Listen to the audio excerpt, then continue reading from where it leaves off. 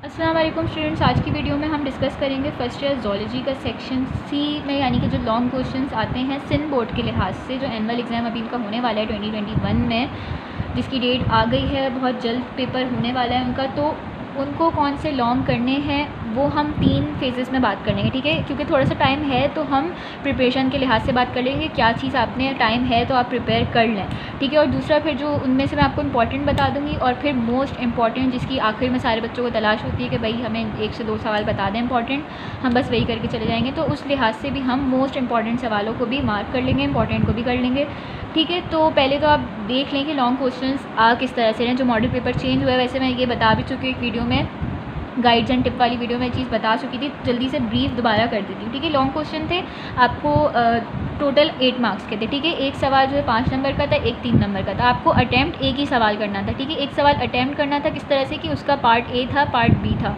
ठीक है। Part A 5 number का था, पार्ट बी जो था वो 3 नंबर का था। और एक और चीज़ जो आपने मॉडल पेपर में नोट की होगी कि जो पार्ट ए में सवाल आया हुआ है उसी चैप्टर से रिलेटेड पार्ट बी में भी उन्होंने क्वेश्चन दिया हुआ है। जिस तरह से सेकेंड ईयर में भी यही स्कीम थी और फर्स्ट ईयर का भी तकरीबन यही है, सिर्फ एक सवाल में थोड़ा डिफरेंस है, उसका भी हम जिक्र कर लेंगे, उसको भी हम सही से देख लेंगे कि हम उसको किस तरह से बेहतर तरीके से कवर करके जा सकते हैं ताकि हर चीज़ की हमारी तैयारी अच्छी हो, ठीक है। तो पहले मैं आपको ये बता देती हूँ कि कौन कौन से चैप्टर्स थे जिनसे आपने लॉन्ग प्रिपेयर करने थे, ठीक है। तो वो था चैप्टर 10, चैप्टर उसमें होगा 12, 13, 14, चैप्टर 3 और चैप्टर 7, ठीक है। ये चैप्टर्स थे जिनसे लॉन्ग लग रहे थे पास पेपर के लिहाज से, हर लिहाज से जो मैंने निकाले थे सवाल, ठीक है। पहले एक एक करके सीक्वेंस वाइज देख लेते हैं, उसके बाद फिर जो है वो इंपॉर्टेंट और मोस्ट इंपॉर्टेंट डिस्कस कर लेंगे। जैसे चैप्टर 10 से जो पहला सवाल था जो पार्ट ए में आ सकता है, ठीक है। मैं इसी तरह से आपको बता दूंगी, पार्ट ए का बता दूंगी, फिर उसी चैप्टर से रिलेटेड मैं आपको पार्ट बी के सवाल साथ साथ बताती जाऊँगी। उसके बाद फिर मैं आपको कुछ एक्स्ट्रा सवाल भी बता दूँगी पार्ट बी के लिए जो मैंने पास्ट पेपर से ही निकाले थे। और ये वाली बात भी कि जो पार्ट बी में जो सवाल आ रहे हैं वो आपके सेक्शन बी के लिहाज से भी, मतलब उस अगर आप ये कर लें अच्छे से, अगर आप सेक्शन बी अच्छे से कर रहे हैं तो काफ़ी ज़्यादा चांसेस है कि आपके पार्ट बी में भी कोई ना कोई उस तरह का सवाल लग जाए। यानी पार्ट बी में मैं आपको वो एक्स्ट्रा सवाल बताऊँगी जो बेसिकली सेक्शन बी में भी आ सकते हैं। तो देखने का आपको कोई नुकसान नहीं होगा एंड तक इस वीडियो को, ठीक है।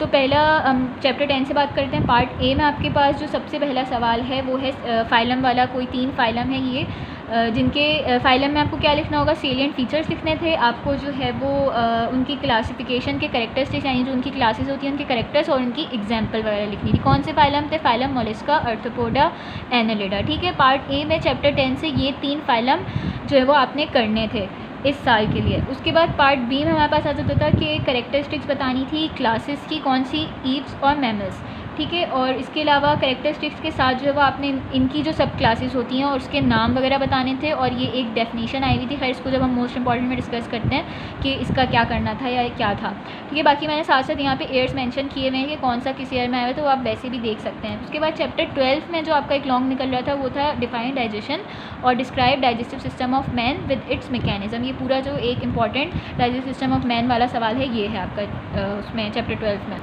पार्ट ए में।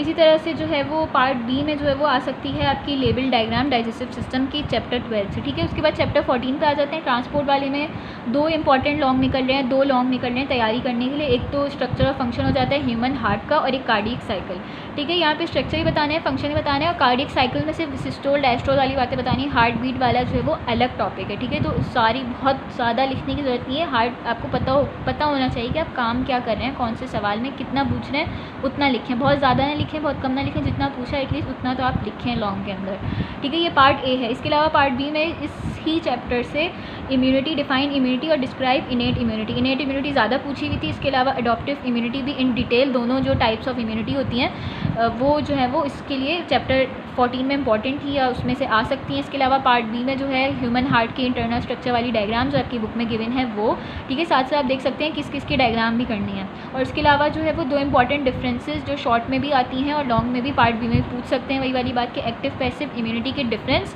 और आर्टरी और वेन के डिफरेंस, ये हो गए 2 इंपॉर्टेंट डिफरेंस जो पार्ट बी में आ सकते हैं, ठीक है। अगर तो ये वाला सवाल आता है ह्यूमन हार्ट वाला, तो उसके साथ पॉसिबली या तो उसकी डायग्राम वाला सवाल आ जाएगा या हो सकता है कि आर्टरी और वेन का डिफरेंस पूछना, हो सकता है ये भी पूछ लें। लेकिन जिस तरह से ये वाला सवाल आपके मॉडल पेपर में गिवन है इम्यूनिटी वाला, डिस्क्राइब इनेट इम्यूनिटी वाला, तो इसके साथ उन्होंने जो और पार्ट बी में पूछा हुआ है वो किसी और चैप्टर का उन्होंने पार्ट बी दिया हुआ है।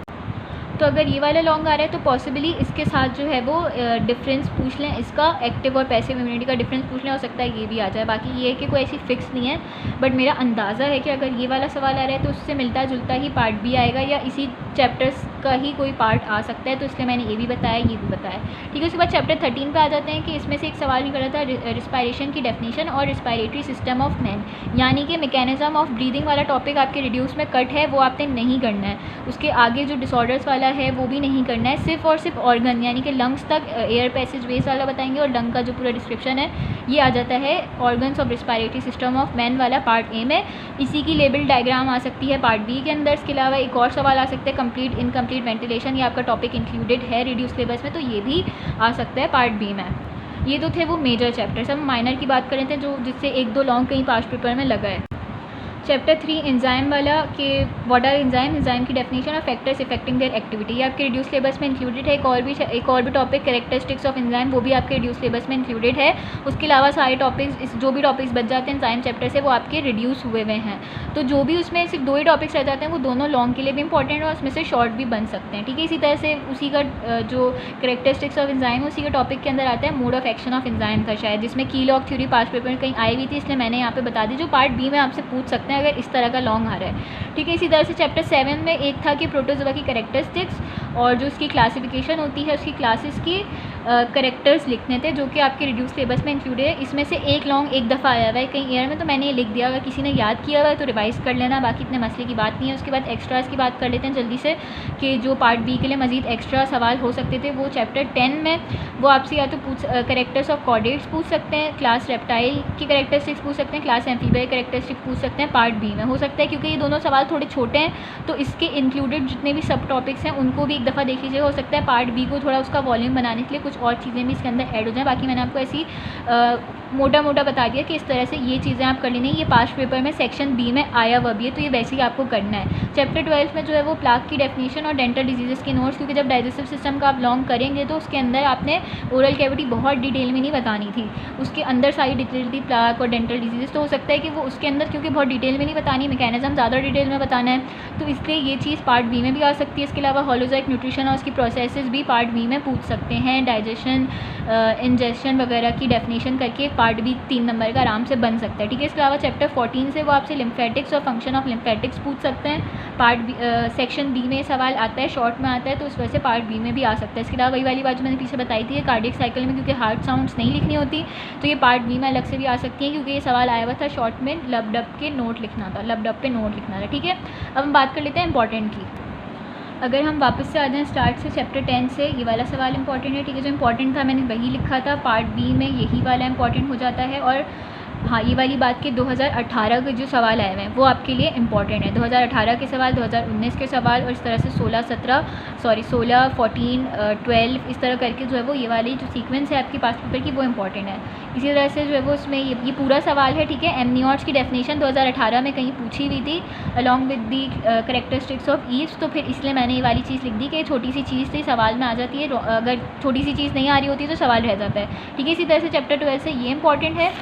उसके बाद हम आगे बढ़ते हैं चैप्टर, हाँ, इसकी डायग्राम के साथ, ठीक है, पूरा सवाल है ये।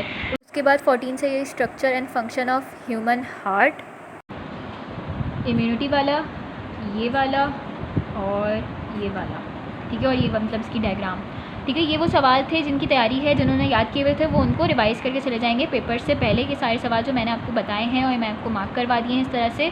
ये जो 4 चैप्टर थे मेरे ख्याल से, ठीक है, तो ये होगा टोटल 8 मैंने आपको इंपॉर्टेंट मार्क करवा दिया। अब बात करते हैं मोस्ट इंपॉर्टेंट की, जिनके आने के मुझे सबसे ज़्यादा चांसेस लग रहे हैं, ठीक है। क्योंकि हमें जो है वो एक सवाल अटैम्प्ट करना है और क्योंकि एक सवाल जो है उसके पार्ट ए और बी दोनों किसी एक ही चैप्टर से आ रहे हैं, तो अगर वो लोग जिन्होंने सिर्फ एक ही सवाल अटैम्प्ट तो ज़ाहिर एक ही करना होता है, जो सिर्फ एंड में सिर्फ मोस्ट इंपॉर्टेंट ही करके जा रहे थे, फिर मैं उनको ये बोलूँगी या तो वो किसी एक चैप्टर के ही इंपॉर्टेंट करके चले जाएँ। किस तरह से जो मुझे इंपॉर्टेंट लग रहे हैं, 2 चैप्टर सबसे इंपॉर्टेंट लग रहे हैं जिनके लॉन्ग आ सकते हैं पार्ट ए और बी में। सबसे पहले तो ये वाला है, ठीक है, चैप्टर 10। इसमें से भी जो मैं फाइलम आपको बता रही हूँ 3 फाइलम है, ठीक है। इसमें से जो मुझे सबसे इंपॉर्टेंट, जो मोस्ट इंपॉर्टेंट लग रहे हैं वो ये वाला लग रहा है, इसके आने के मुझे बहुत ज़्यादा चांसेस लग रहे हैं और इसके भी आने के मुझे बहुत ज़्यादा चांसेस हो सकता है ये भी आ जाए। क्यों मैं इस तरह से कह रही हूँ, क्योंकि ये वाला जो आर्थ्रोपोडा वाला है वो 18 और 19 में कंसेक्यूटिवली आ चुका है, तो हो सकता है कि अब वो इसके बजाय ये वाला दे दें। और बाकी ये वाला जो आपकी इंपॉर्टेंट पास्ट पेपर की जो आपकी बनती है इंपॉर्टेंट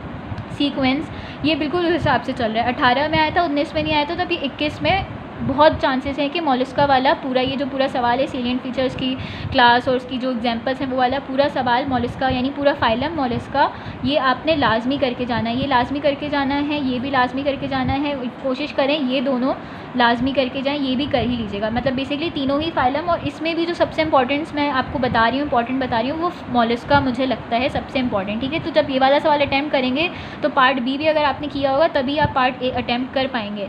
तो इस लिहाज से भी जो है वो मुझे यहाँ पे हो सकता है एव्स भी आ जा सकता है, मैमल्स भी आ जाए। बाकी यही है कि ये जो दोनों कैरेक्टरिस्टिक्स ऑफ सब क्लासेस हैं इन्हीं दोनों में से कोई एक आएगा, इसके अलावा और कोई दिया हुआ नहीं था आपके पास्ट पेपर में, कहीं पे कुछ और नहीं था। ठीक है, तो इसके साथ जो एसोसिएटेड छोटी मोटी डेफिनेशंस होती हैं ये सब देख लेनी है आपने, और नाम, और हो सकता है कि जो इनकी सब क्लासेस की भी कुछ कैरेक्टरिस्टिक्स होती हैं उनको भी याद करके चल जाएगा। यहाँ पे नहीं पूछा हुआ, देख लीजिएगा सवाल सही से पड़ेगा कि सिर्फ नाम की मज़ीद कैरेक्टरिस्टिक्स बतानी या सिर्फ नाम बताने और एग्जाम्पल बताने, तो ये 3 नंबर का सवाल बन रहा है। सही हो गया, ये भी हो गया हमारा मोस्ट इंपॉर्टेंट। ये इस चैप्टर से ये पूरा पार्ट ए और बी हो गया मोस्ट इंपॉर्टेंट। उसके बाद चैप्टर 12 से जो डाइजेशन वाला है ना ये मुझे मोस्ट इंपॉर्टेंट लग रहा है अलॉन्ग विद इट्स डायग्राम।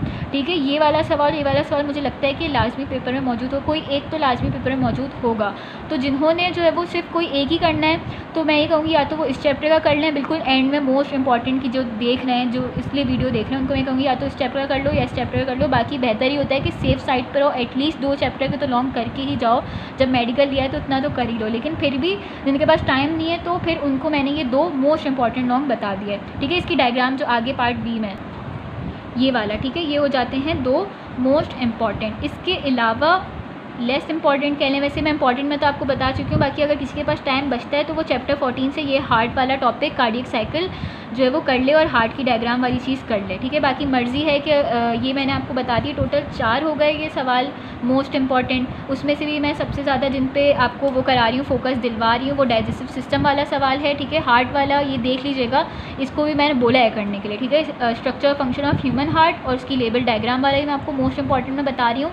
और इसके अलावा मैंने आपको बताया है ये वाला फाइलम मोलस्का आर्थ्रोपोडा एनेलिडा, और मैंने आपको बताया है डाइजेस्टिव सिस्टम वाला, और ये वाला सवाल मैंने आपको मोस्ट इंपॉर्टेंट के तौर पे बता दिए हैं। आई होप ये सवाल लग जाएं और सबका पेपर बहुत अच्छा हो जाए। ज़ूलॉजी का भी जिस तरह सेकेंड ईयर वाले का बहुत अच्छा हुआ है इंशाल्लाह आप लोगों का भी पेपर बहुत अच्छा हो जाएगा। इस तरह से तैयारी करके चले जाएंगे। बाकी जो मैंने बाकी सारे सवाल बताए वो उन बच्चों के लिए जो पूरा प्रिपेयर करते हैं उनको सब कुछ याद होता है, तो वो ये सारी चीज़ें पेपर से पहले 2-3 दिन पहले रिवाइज़ करके चले जाएगा। ठीक है, आई होप ये आप लोगों के लिए हेल्पफुल होगा।